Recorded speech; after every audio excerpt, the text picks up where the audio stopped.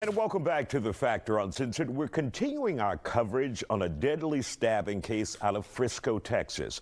The case has made national headlines and stirred up racial division around the relationship between the victim and the suspect. My next guest has tonight's update. And joining us on The Factor Uncensored, we have with us former prosecutor and criminal defense attorney Bayoji Akingbala. And what we're seeing now is a reduction in the bond of Karmelo Anthony and the killing of Austin Metcalf in a community just north of Houston. And it's been a major controversy. People have taken sides, black versus white. Just strange and very sad that it has come down to this. But there was a reduction in his bond, Karmelo Anthony, the 17-year-old black kid accused of killing the 17-year-old white kid. Tell us what the bond has gone from and to and your thoughts about it. Yeah, the bond was reduced from 1 million to $250,000. And given the circumstances of that case, it's definitely an appropriate reduction. For an individual as young as Mr. Anthony is, 17, my understanding is no substantial or, if any, prior criminal history. He certainly has significant ties to the community. That being said, he doesn't show himself to be a flight risk. He should be able to make his court appearances. On top of that, they have to demonstrate, given the lack of history, that he's not going to be a continuing harm to the community. Those are all of the factors that the court is to consider. What it shouldn't consider or presume is his guilt. And so when you look at a bond amount as high as 1 million, it almost presumes him to be guilty.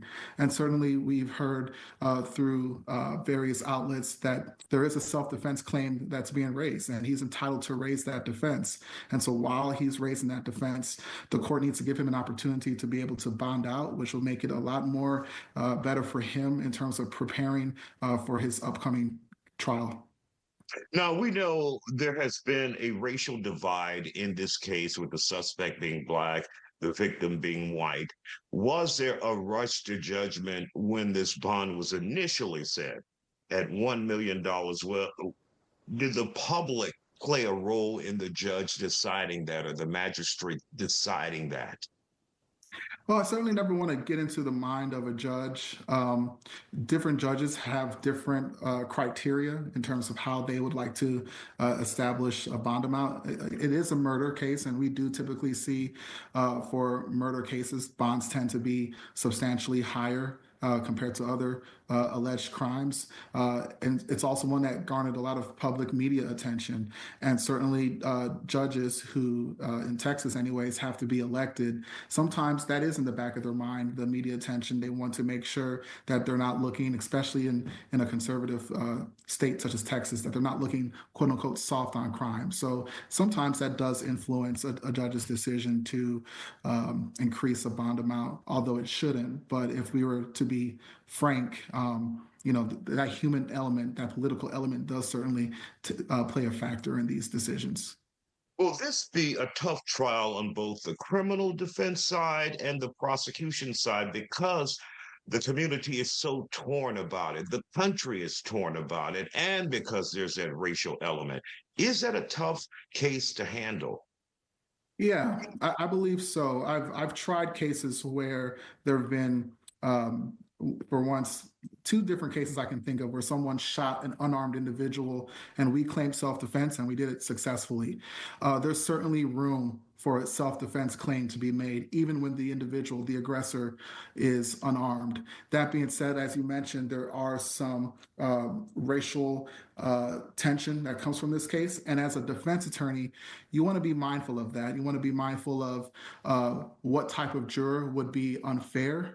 And so I think on both sides, there's going to be a lot of what's called strike for cause in the jury pool. When you say you're striking a juror member for cause, you're saying that that jury member cannot be fair or impartial. And so those jurors are removed. And then what's left are the ones that are typically going to be left on your jury pool. Mr. Karmelo Anthony is an African American young male. And so if I'm his defense attorney, I'm certainly interested in making sure that he's tried by his peers, of having other African Americans on that jury pool of those 12, because we may not get a not guilty, but I can at least hope for a hung juror, that if I can get some people that think like my client, that can see it from my client's perspective, that that juror can stand tall in that deliberation room and stick to a not guilty vote. Got it. And of course, the 17-year-old has been given the opportunity to be placed on house arrest instead of being locked up as well. Attorney Bayoji Kingwala, criminal defense attorney in Houston, we appreciate your time here on the Factor Uncensored tonight. Thank you, sir.